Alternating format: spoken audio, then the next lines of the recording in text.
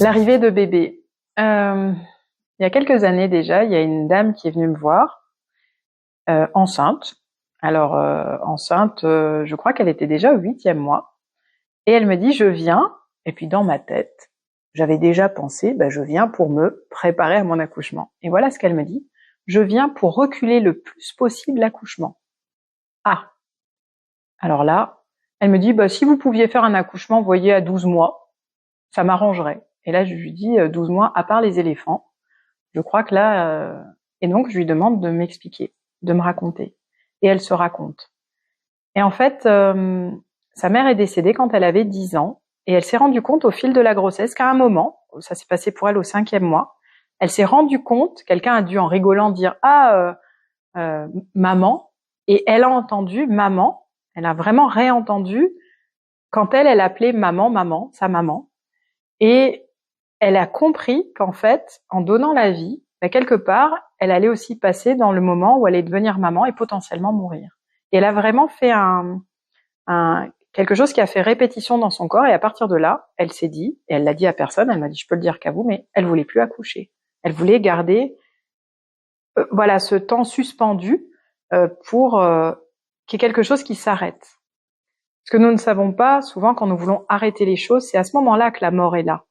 La vie, sinon, elle coule, elle bouge, elle est mouvante, elle est changeante. Ce qui vient vraiment s'arrêter, se figer, c'est vraiment là où il y a des choses mortifères. Et là, ce qui était mortifère, c'est le fait que jamais cet enfant n'ait pu être accueilli, donc la mère, avec le deuil de cette maman qu'elle a eue. Donc, je vous donne cet exemple, mais il y en a énormément d'autres. Le trajet de la grossesse, il est propre à chacun. Et il est propre à chacun parce qu'au moment où vous allez donc être enceinte et pour le père accompagner la grossesse, vous allez changer de place. C'est-à-dire vraiment, oui, vous serez toujours l'enfant de vos parents. Ce matin, une dame m'a dit « mais ma mère sera toujours ma mère et je serai toujours sa fille ». Et c'est vrai. Mais là, elle me dit « mais j'aimerais aussi que ma mère comprenne que j'ai une fille et que je suis aussi mère et que je suis une adulte ». Donc, il y a vraiment un changement de place, il y a tout un process à l'intérieur.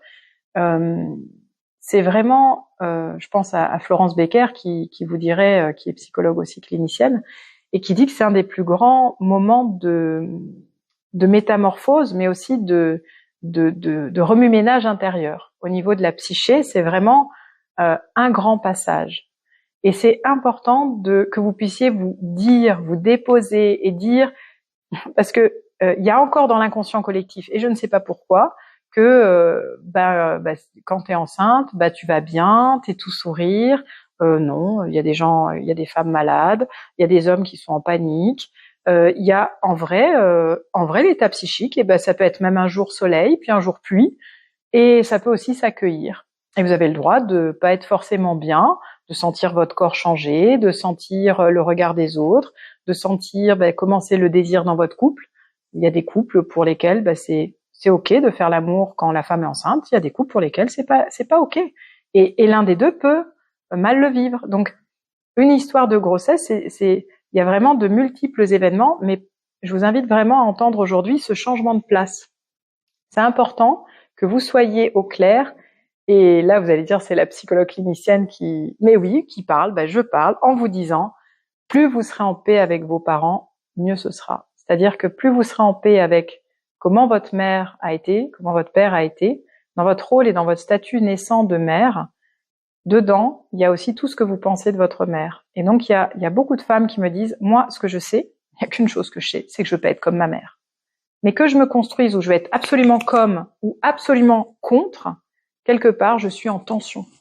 Je suis en tension contre moi. Parce que, je sais pas si chez moi, ça sera toujours nickel, bien rangé. Je sais pas si j'aimerais lire les histoires tous les soirs. Je sais pas. Et ce je sais pas, il est à dompter. Parce que la bonne nouvelle, c'est qu'à un moment, vous allez savoir. Parce qu'il y a vous, il y a l'autre, le compagnon ou la compagne de vie, mais il y a aussi l'enfant. Et finalement, il y a quelque chose qui se mêle ensemble et qui se crée ensemble. Donc, quelque part, la bonne nouvelle, c'est que vous n'êtes pas tout seul. À partir du moment où vous avez décidé d'accueillir un être, vous êtes déjà plusieurs.